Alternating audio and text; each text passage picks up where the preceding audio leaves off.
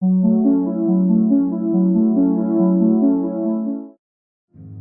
we're going to be looking at here is the DNA results that I had sent into Ancestry several years ago.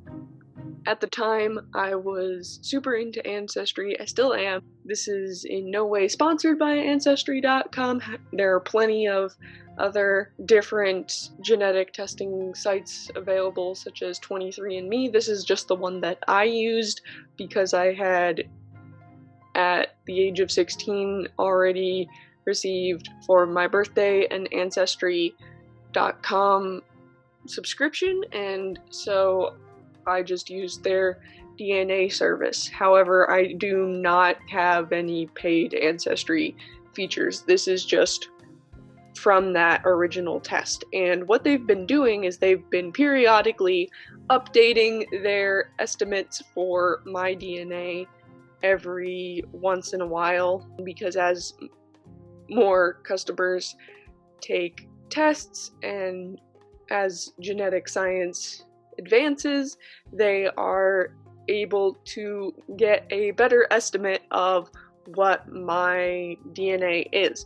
Now, technically, this is the test from my brother's DNA. We have the same parents, so it should be the same. My mom had just heard somewhere that only male DNA contains both the father and mother's DNA, and so we just went with him just in case. I have no idea whether that's true. I might look into it and make that another video, but maybe not. So this is the updated version. It doesn't say when it was updated, but I believe I remember checking about 6 months back, and it was slightly different. I just periodically go through kicks where I'm more interested in genealogy as compared to other things, and so this time I wanted to share what it has. So the biggest thing from this update that I can see is that it dramatically increased the amount that England, Wales, and Northwestern Europe plays as a part of my DNA. Before, it was the third or second, depending on which time period I looked at. Originally, Norway and similar Slavic areas up in the northernmost parts of Europe was the highest, and then followed by Germany and then England, and then they switched it around, and I believe then it was Germany, England, and then Ireland and Scotland, with Norway being, I believe they categorized it as historical background, like where my ancestors had been for thousands and thousands and thousands of years beforehand. So that is one dramatically large change that I can see from this update. Well, this is not exact, this is an estimate. It is a range, so it's from 55, so half, to 3/4, 76%, so quite a range. It's not just England, like it's not just the United Kingdom, all of this, Northern Ireland and Scotland and Wales and such, but it also includes bits of Western France and this northern section of France and the western part of Switzerland and the Netherlands and a little bit of the Netherlands and Belgium, as well as Denmark for some reason. I believe that the strength or hue of the color helps you see where they believe this part of your DNA is most concentrated. It doesn't really say. Like, this is just that disclaimer that it varies and can change and it fluctuates based on the science and based on the data that they have and based on new people taking the tests, because the more people that take the tests, the more information that they have, and they can narrow it down and hopefully become more accurate. So this is largely surprising to me, because before, when Germany was the highest proportion of DNA, that made sense, because when I was looking at my family tree, the majority of the immigrants were from Germany. They were from Hesse-Darmstadt, Germany, which is down here. They were from this Alsace-Lorraine, I'm probably pronouncing that wrong, which is a historically contested region between France and Germany. So in that regard, this particular section over here makes sense. However, while there was some United Kingdom DNA, and like England in general, it did not appear to be 60%, maybe 25, maybe 30 at the most, but definitely nowhere 60%. So this is very intriguing to me. And then if you continue, we have Germanic Europe being the second largest, and this range is crazy because it can go down to a quarter and up to half, and I believe the hue of the color, it tries to indicate where they believe this is from, and it's not just Germany, it's Germanic Europe, so that includes all of Germany, but it also includes parts of Austria, large parts, most of Switzerland, Luxembourg, Belgium, the Netherlands, and Slovakia, which is now just the Czech Republic. I don't know why it says Czechia. Maybe I don't know things. Probably. And again, a lot of my family is from this particular region, so that just makes sense. Some of my family, I remember seeing that they're from northern Germany. I remember one family was from the Netherlands, and I was super excited about that because it was just somewhere else different. And a good number from Switzerland as well, which was surprising, but if I reflect on it, not so surprising. Because, you know, this was all part of the Holy Roman Empire, or Prussia, different periods in history, and that makes sense. We go back, we have Ireland and Scotland, and it's kind of stayed relatively stable. It hovers around 10%. The range currently is at 0 from 13%, so that's interesting. They're like, oh, you could be like not Irish at all, or you could be like 10% Irish. I wonder why that is, but that's very interesting. I did trace a couple of families back to Ireland, not that many, but again, there's of course lines that just I wasn't able to trace the whole way back, or lines that I have not gone down yet for reasons that I will explain probably in a different video. So yeah, again, we have Ireland, Northern Ireland, because those two are separate countries. Northern Ireland is part of the United Kingdom, and the Republic of Ireland is the Republic of Ireland. And then we also have Scotland, Isle of Man, which I'm not quite sure. And then we have a bit of like tip of northern France here, so that's interesting. Okay, so now we'll go to the Norway, which this is fascinating to me because before, like I said, they had this historical background of where your ancestors have historically lived for thousands of years. And that made sense because, you know, in history you learn about the Vikings and how they raided and conquered and immigrated to all of Northern Europe, and particularly places in Gaul during the Roman Empire, and settled all over here. So that made sense to me, but now it's down to 4%. So that's an interesting switch. Again, it probably relates to the different ways DNA science has evolved over the years. One of my cousins, we share the same maternal grandmother and grandfather. His mom and my mom are sisters, and his dad is very, very, very Norwegian and Viking based. Like, they knew that given their last names and just different family history things.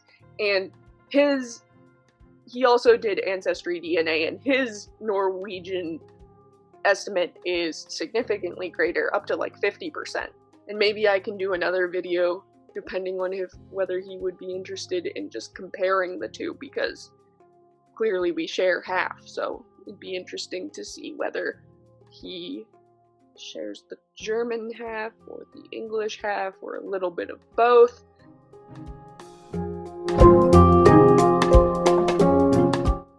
I don't know, I just find this fascinating, which is why I wanted to share it. And then this is the brand new part. So even given all of the variation in the particular estimates of ethnicities, this is crazy to me. So here they have Ohio, Pennsylvania, and Indiana settlers, and then more specifically, they even go down to South Pennsylvania and Central Maryland settlers, which is absolutely insane to me, because that's where my family has been for at least 200 years, depending on some of them when they came over, and so that is absolutely crazy to me. Without giving away too much personal information, we have not moved a lot at all. So that's just crazy that they know that, and I guess it's just like everyone who came there landed there, which, you know, I would think that would be the case for a lot of people. A lot of the large immigrant ports historically have been New York, Philadelphia, and Baltimore, in New York, Pennsylvania, and Maryland, respectively, clearly. So I thought that would just be the case for everyone, but these additional communities seem to narrow it down to these particular places. Things that have disappeared, like I mentioned, the Norwegian and like Scandinavian countries portion of my DNA has gone down significantly from like one of the highest or one of the most prominent parts of my DNA to one of the tiniest parts. One of the smaller portions of my DNA that they had in there that I remember looking at before was they had Eastern European, so over here in like Poland and Romania and things like that. But you can see if we go into Europe and we look at Eastern Europe and Russia, they found no connection here, which is fascinating to me. Like, they don't, which is interesting. I think I might have remembered one family being from Hungary. I really want to go back. I think if I make another video, that will be the next one. Going back and looking at where I was able to trace my family tree. This doesn't mean that the DNA evidence is incorrect. It just means that they probably like scooched over for like one generation, or they were there for a little bit, or more genetically similar to this place in the world. Another thing that disappeared is the European Jewish.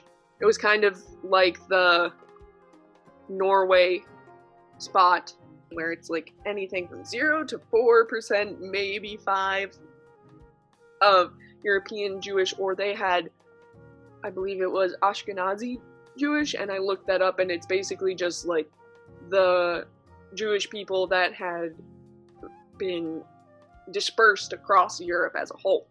And I thought that was cool because clearly to me, growing up, none of those Jewish customs had ever been passed down, and I hadn't been able to find anything, but I also wasn't quite sure if, like, oh, how do you have a certifiably Jewish last name? That doesn't really, I mean, you can, there's more historically Jewish last names, but there wasn't anything like, oh, this one clearly was fleeing Nazi Germany in the 1940s or something like that. I believe there was one last name where I was like, oh, this seems really different, and then it just turned out to be German, so I was like, oh. But, you know, anything that just gets repeated over and over again kind of get boring. I just wanted to be like, oh, I have an ancestor from every country in the world. I'm collecting all of them. But no, nowhere near that. Nowhere even near all the European countries. But as I mentioned, that has completely disappeared. They don't even have that on the list anymore. So it's probably not there. Because if you go into the other regions tested,